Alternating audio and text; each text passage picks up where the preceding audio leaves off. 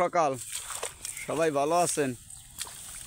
এই যে আমরা দেখেন ধান কাটতে নামছি, একদম কাটা হয়ে গেছে, 4 কাঠা কাটছি লামায়। আর এদিকে এই কান্দায় হবাই আইছি।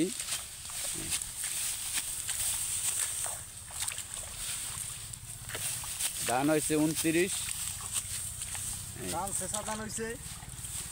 এদিকে এদিকে কিছু জায়গা রয়ে যাবে কাঁচা।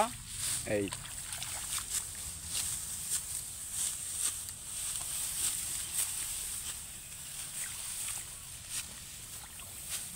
তখন একটু জোরে কাটবো।